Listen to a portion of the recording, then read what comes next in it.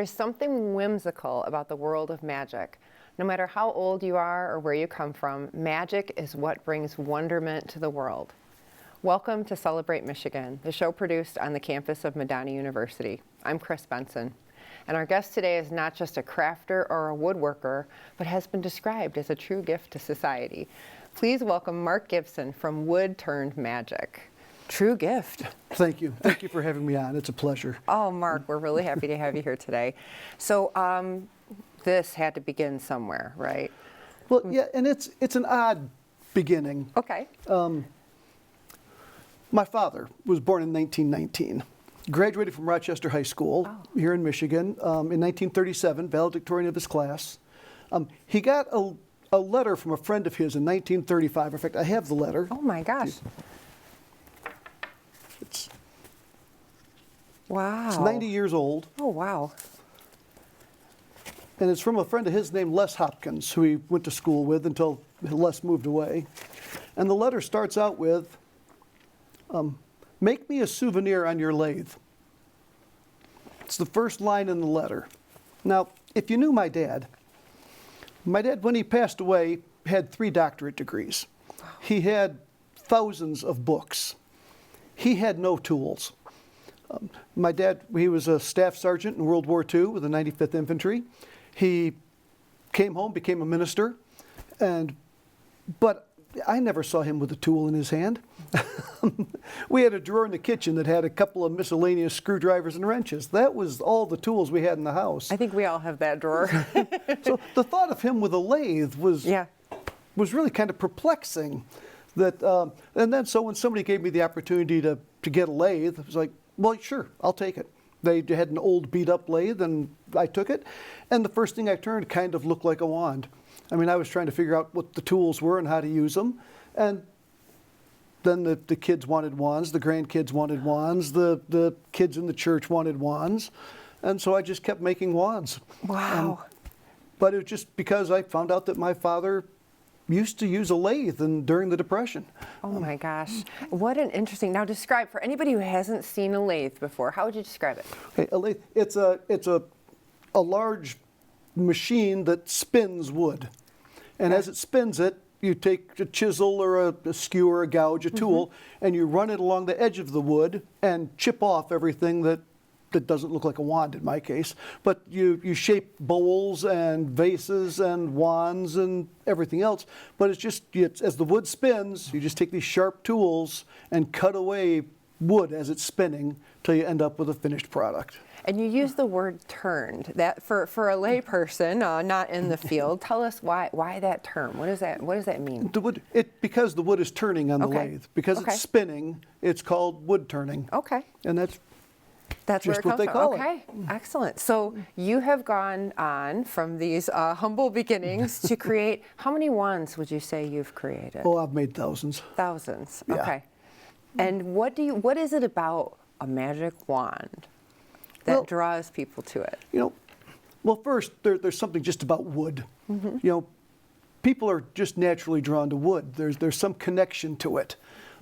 People will walk up and they'll just pick up a wand and they just want to hold it. I've been doing that since the show began, since because we were laying these out. There's just something about a piece of wood that people like to have their hands on. The grain, the feel, the warmth of wood. But magic wands have been around forever. J.K. Rowling didn't invent the magic wand. Really? No? She made it really popular. Yes. But in the 8th century BC, Homer wrote the Odyssey. And that was written from oral traditions that go back centuries before that. But in the Odyssey, Circe turns her enemies into animals using a magic wand. Wow. So that's, probably the 10th century BC that we got records. Moses used a rod, a wooden stick, to part the Red Sea, to draw water from a rock. It says Aaron used a rod. He threw it down in front of Pharaoh's magicians, and it turned into a snake. And they threw their rods down, and they turned into snakes. So there's always been that tradition of power being conveyed through a piece of wood. The earliest depictions we have of Jesus, I'm not by any means suggesting that Jesus was a magician, but the earliest depictions on relief carvings and murals on 2nd and 3rd century buildings picture him turning water into wine with a stick in his hand. Wow. And raising Lazarus from the dead with a stick in his hand. And multiplying the loaves and fishes with a stick. When kings and queens are what do you call it when they become a king and a queen? Like a coronation of when them? they're during their coronation, they have a royal scepter. Yes, yes. Even in world wars, the generals would carry a swagger stick as a symbol of their authority. And when I was in school, the teacher still used a wooden pointer. It's true. To point at the board, at the chalkboard. Yes, at the time. There's always been some authority associated with a piece of wood or a stick. Whether it's a staff that Gandalf carries, or whether it's just a pointer that they use on Antiques Roadshow to point at. Right. There's some authority associated with that, and some form of conveying power through it, whether or not it's just emotional or whether or not there's some power associated with it. There's always been a history of wands and sticks having that symbol of authority and power. And it sounds like the history is just as compelling to you. That you started with the wood. The wood was interesting, and is that how it happened? And then you really have been, I'm sure every time there's a story and it involves a wand, I have a feeling you're a gatherer of those stories. Well, I am. I mean, I didn't grow up with Harry Potter. Yeah. Because I'm old. But I grew up with Merlin. I was going to say probably Merlin. Yeah. And those stories have always intrigued me. Biblical stories were another matter. My degree is in theology. Okay. And I am a follower of Christ, but I've studied scriptures literally my whole life. And there's a lot of use of rods and staffs and wands and scepters throughout Scripture. And you said like that connection to a natural element, and you've used so many different kind of woods. I know in the next segment I'd love to dig in to these a little more, and you can talk to us about what materials you've used here. So we want you to stay tuned. We're going to take a very quick break, and then we'll dig into some of these awesome wands when you come back. Stay tuned.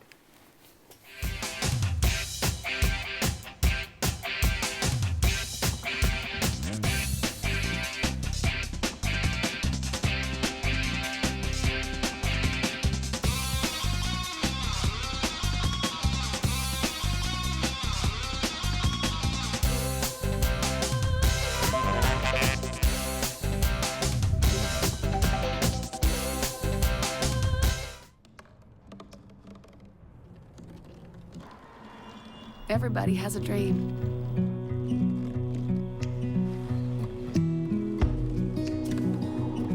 Mine was to see the ocean. And with a little help, I made it.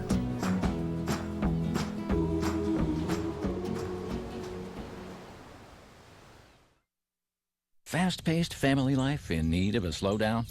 Hello, I'm Dr. Spruce.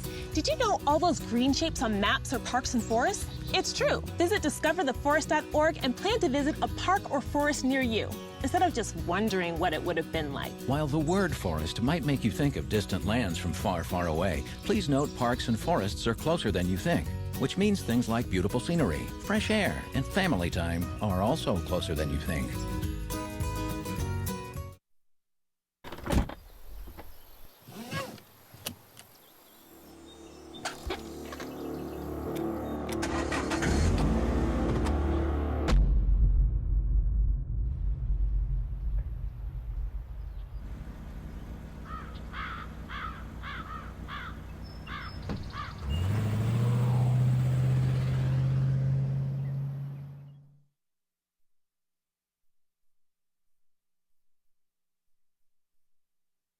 Open road, here comes the Heffley family. Whether it's a short trip or a long haul, estimated time 47 hours. they will beg. You're hungry? I'm happy to provide. They will plead. Deep fried butter on a stick.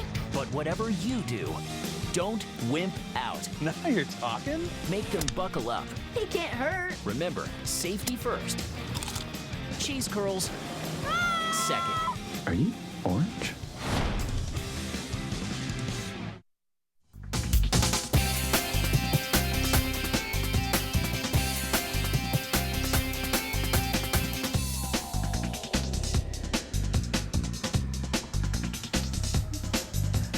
Welcome back to Celebrate Michigan. I'm Chris Benson, and we're continuing our conversation with Mark Gibson from Wood Turned Magic. I don't know if I'm using it properly. Are there good guidelines for how to use a magic wand? Nope, it's entirely up to you. I say I sell imagination as much as a wand. Wonderful.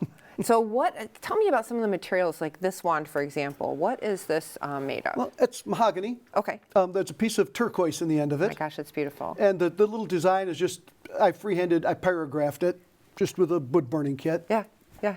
Wow. But there are woods from literally all over the world. The wenge comes from Africa. Purple Heart comes from Central America. Bacote is a Central and South American wood. There's woods from everywhere. And sometimes when I'm at my friend's house, I just go through their wood pile. Oh my gosh. And say, I want this piece. And they know now, so they say, take whatever you want. For sure. I mean, there's just so many. And I noticed you put lots of accoutrement on there. There's little features on the end of them.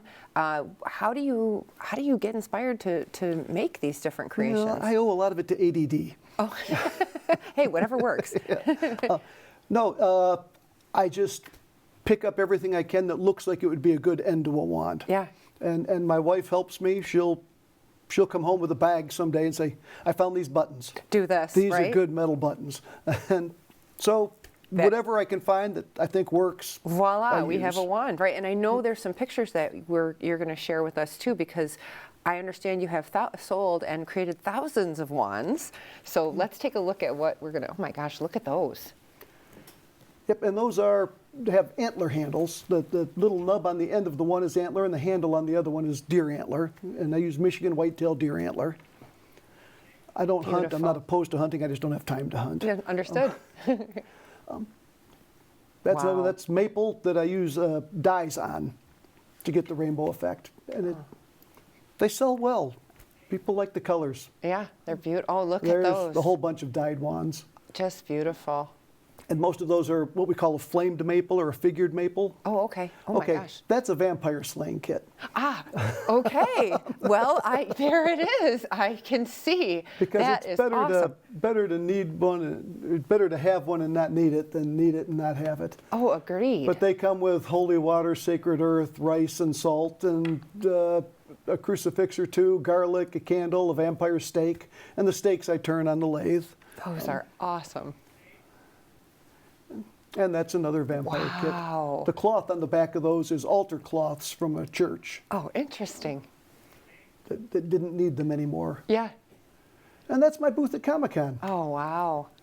Look at so many wands. I am just impressed with the different styles that you've chosen. Oh, look at those. Yep, those are resin cast. And the two in the middle, matter of fact, I think all four of those are pine cones in resin, which gives it a very scaly, snaky look. That's another resin cast. It's just two pieces of burled wood with the clear resin in between. Wow. They just look really pretty. And so many unique designs. I mean, where do you, again, the inspiration for this, do you see it in your mind first? Do you start working with the wood and see what comes? Once in a while I have an idea, but generally I just put the wood on and the wood kind of determines what it wants to look like. And see what happens? You know, there's a few like the traditional magician style wands. I do a magician's convention once a year, and so I make the traditional style wands, and those are easy because I know what it's supposed to look like. Mm-hmm. The rest of them, it is just, everything is free-formed. There's no two of them are the same because I always tell people I'm not good enough to make two that are the same. So how long would it take? I'm sure it's unique to each one, but like for a wand like this, like the traditional one, how long would something like this take to make? A wand like that will probably take me about an hour. Okay. Oh, really? Just because I've got to, I drill out each end so there's a pin that holds the ends on. Okay.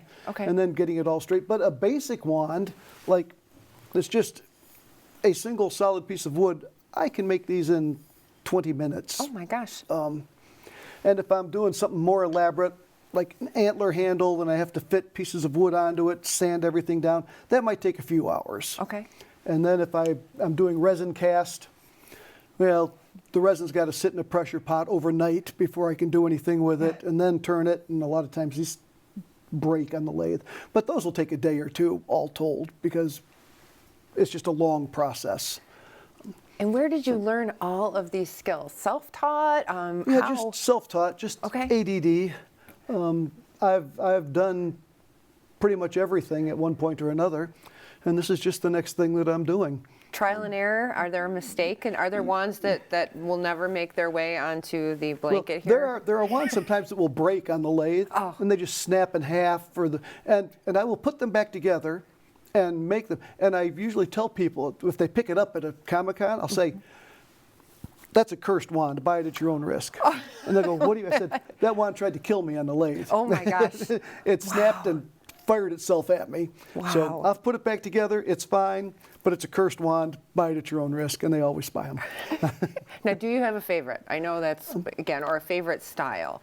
Well, when I'm making them, I used to come out every wand and show it to my wife, and say, "Look at this one." And after 700 or 800, she's like, "I don't need to see every one." So now I'll make 20 or 30 of them, and one of them I'll walk out and go, "No, look at this one." Yeah, that's this one's a really special. good one. So I have special favorite ones 4 times a year. Yeah. That the one I carry currently. Just happen to have it in your pocket? Yeah, Okay.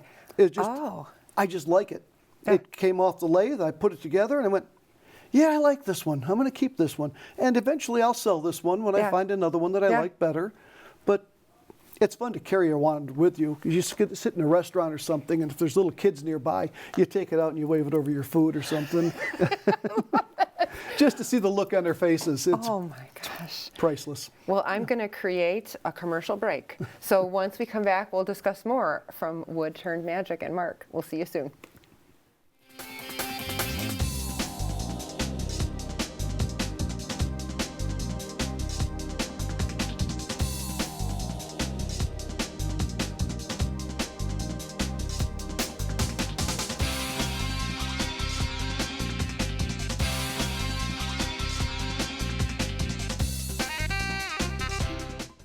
Are you going out tonight?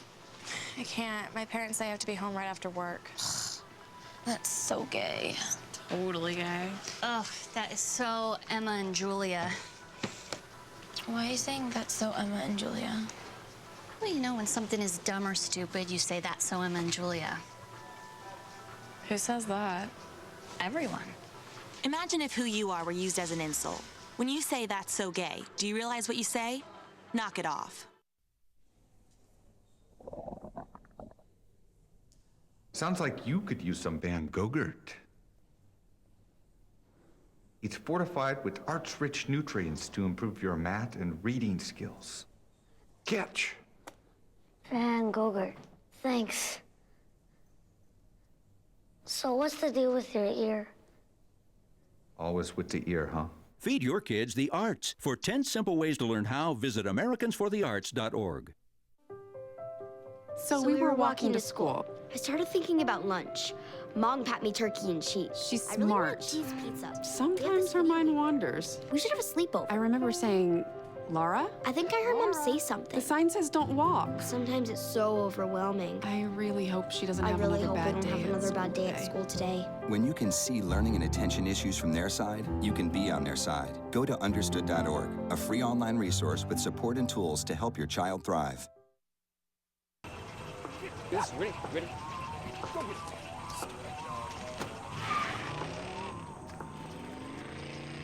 Oh, come on, Randy. Animal shelter, here I come. And no, I'm not crazy or emotionally damaged. That's a stereotype. I just belong to a total loser. I'm a good dog. So if you want a pet, adopt. And if you see Randy, tell him he dropped his wallet.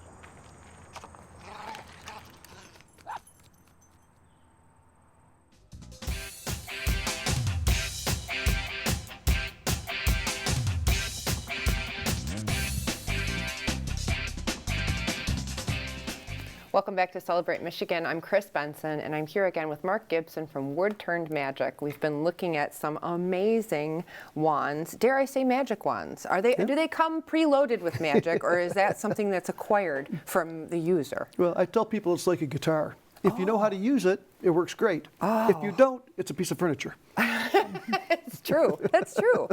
So as we look at these, where do you typically take your wands? Like I know you mentioned Comic-Con. Yep, and I do a lot of the bigger Comic-Cons in Michigan. Yeah. The Motor City Comic-Con in Novi, the really cool Comic-Con in Flint, Capital City in Lansing. I've done the Grand Rapids Comic-Con, and usually I'll throw in 1 or 2 smaller Comic-Cons during the year, just to see how they go. But mostly Comic-Cons. Occasionally a craft show somewhere, but the audience for these really tends to be the Comic-Con audience. And is that how you started when you created them? Do you remember the first one that you gave to someone? No, I don't. I bet you've done so many. That did you start it with Comic-Cons, or did you just start creating them for people? Well, I started creating them for people, and then I did the local craft show Christmas Bazaar thing, and they sold really well. Wow. So it branched out. So you had to, were you already someone who was an entrepreneur and a business person, or did you have to figure all this out? Well, no, I figured it out, but my wife has run her own company for a while, so she helped. But no, I've had jobs that I've had for 25 years. Yeah. But I've been a musician, a magician, a mortician, a minister, a manager. It was time for something like this, right? It's an ADD thing. I've adapted to a lot of different things over the years. Yeah. And what do you think your wands have meant to people? Like when you see people coming in up to them at the Comic-Con, or what is their reaction to them? Well, it's funny because we'll watch people walk by, and somebody will walk by and they'll look and they'll go, wands. And we can see them from across the aisle saying wands. And my daughter and I will go, come here, come on over here and take a look at the wands. You know you want to. Yeah. But people are just drawn to them, either because of some personal history with TV shows or books, or just because they like the idea of having a magic wand. Yeah. I've sold them to people who have literally, they've picked them up and they've said, yeah, this is the one. And they hold it and they go, we give them a cloth bag to put them in. Okay. You know? They say, can I put that in the bag? They go, no, I just want to hold it. So it obviously means a lot to them. Yeah. Now, have you heard about any interesting uses, like what people use your wands for? For storytelling, or what do they use them for? Well, and they use them for everything. Okay. You know, I mean, it's just to collect them. A lot of people, I have people come back every year to buy another wand, and they just collect them. They just have them on display. A lot of gamers, Dungeons and Dragons, Dragon Masters will buy them so they have a wand. Of course, of course. But it's everything. A lot of little kids end up with them because, again, I'm selling an imagination. And when they have a wand in their hand, they're unstoppable. They can do anything if they have a wand because it's magic. Well, and it sounds like some of your older adults turn into kids when they see them and pick them up too and say, oh, I've been wanting one I've sold a lot of them to fairy godmothers. Oh, I bet. Awesome. And as you think about the future, what do you think is in your future? So you turned a hobby that you really enjoy into something that was also a business, which is pretty awesome. Well, I'll do it as long as I can. Yeah. And in the back of my mind, I'm kind of hoping my grandson might pick it up. He's in high school and he's worked with a lathe and he's made a couple of wands at my house. And I'm kind of hoping that he can maybe carry it on when I'm too old to do it. But we'll see. Yeah. I don't know. Maybe it runs its course with me and that's all there is. But people have the wands to carry on. Yeah, and the wands will, the wands will last for 100 years. Yeah. And they can pass them on to their children or grandchildren, as this was something special that they owned. And my name will be lost to dust, but they'll have a wand. That they can take. So in addition to being at craft shows, where the Comic-Cons, some craft shows, but where can people find you? Do you have a website, or how can they find you online? Well, my Instagram. Okay. What is it? At Wood Turned Magic. Okay. All Wood one Turned word. Magic. Okay. And they can DM me there if they want something special, or they can look through what's available.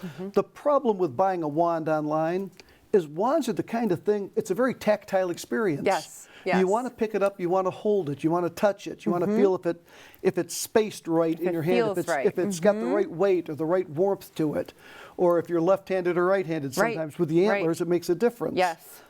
But it's really something you want to have in your hand. It's a touch thing, and there's so many booths at Comic-Con that say please don't touch, and people come up to our booth and say no, we're a please touch booth. Yes, Pick them up and we'll hand them one so that they have it in their hand because you want to hold it. Now, do you do custom ones? Like if I had an idea in my mind and I said, oh, this is the Chris Benson wand, could you do a custom wand? Sure, as long as it's within reason or probability. I had a guy once ask me if I could make him a wand out of a wolf's bone. Oh. I said, I don't know where to get wolf bone. Legally. So you're on your own there. Yeah. That brings to mind, what is the most unique? Is there a most unique wand that you've made, or do you feel like they're all one of a kind? Well, I feel like they're all pretty unique. You know, I like the resin casts that I've been doing lately because they're just something different. But with ADD, I just want to jump from something to something to something, so I always think they're unique. Of course. I like the antlers because they're so different. Yeah. And the dice were I just... love this one. Yeah, I made a bunch of those. I bought a bag of old dice at an estate sale. Thought, I can work with this. Yes. Well, we're so glad you did. This has been such an amazing array of wands and magic that you've created here. And we are just delighted that you joined us. As we are closing out today, any words of magic that you have for our audience? Not really. Okay. Use your imagination. There it is. Okay, there it is. Thank you so much for joining us and celebrating all the wonderful things here in the Mitten State on Celebrate Michigan. We're so glad you joined us, Mark. Thank you. We'll see you soon.